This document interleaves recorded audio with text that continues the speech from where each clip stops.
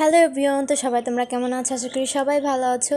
তো সবাইকে আবারও জানাচ্ছি ঈদ মুবারক। যেহেতু আজকে ঈদের দিন সন্ধ্যাবেলায় কি বানাবো বুঝতে পারছিলাম না। আর যেহেতু ঈদের দিন অনেক কিছু খাওয়া দাওয়া হয়েছে, ভারী কিছুই বানাতে চাচ্ছিলাম না, তাই ভাবলাম কি যে আলু পুরি বানাই। যেহেতু আলু পুরিটা সহজে বানানো যায় আর এটা অতটাও ভারী খাবার না আমার মনে হয়, তো এইটাই বানালাম। এর থেকে সিম্পল কিছু বানালে একটু বেশি সিম্পল হয়ে যেত ঈদের জন্য, তো এইটা আমি বানিয়েছি।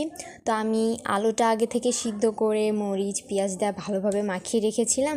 আর আটাটা তো আমি কেবলই ডোটা বানিয়ে তারপরে বানিয়ে ফেললাম। ছোট ছোট পুরি খেতে তো অনেক মজা, আর ঈদের দিন এর থেকে বেশি সিম্পল কিছু বানালে সেটা একটু বেশি সিম্পল হয়ে যায়। যেহেতু আজকে ঈদ, তাই আমি পুরি বানিয়েছি, আলু পুরি। এগুলো দেখতেও অনেক সুন্দর লাগছে। আর আমার প্রথম পুরিটা কেন জানি ফুলে নাই, বাট পরেরগুলো অনেক ভালোভাবে ফুলেছে। ফুলকো ফুলকো পুরি দেখতে অনেক সুন্দর লাগতেছে এবং অনেক কিউট লাগতেছে, খেতেও নিশ্চয়ই অনেক মজা হবে। তো আমি এক এক করে সবগুলা পুরি ভেজে নিয়েছি।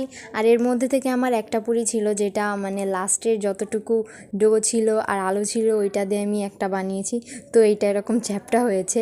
তো যাই হোক, এইগুলো অনেক সুন্দর লাগছিল এবং সস দিয়ে খেতে তো আরও মজা হয়েছিল। তো তোমরা দেখো এটা ভাপ উঠছে কতটা, এবং গোল গোল ফুলকো ফুলছে। আমি তো নিজেই মনে হয় 4-5টা খেয়ে ফেলেছি।